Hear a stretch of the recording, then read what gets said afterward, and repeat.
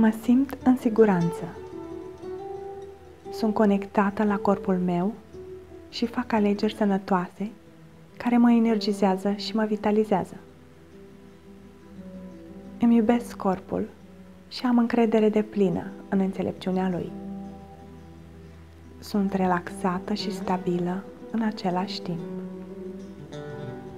Viața mea este plină de prosperitate, iar pământul și întreg universul mă sprijină cu generozitate pentru a-mi împlini toate nevoile.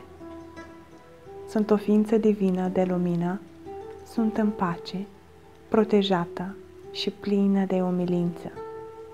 Admir ființa care sunt. Mulțumesc, te iubesc.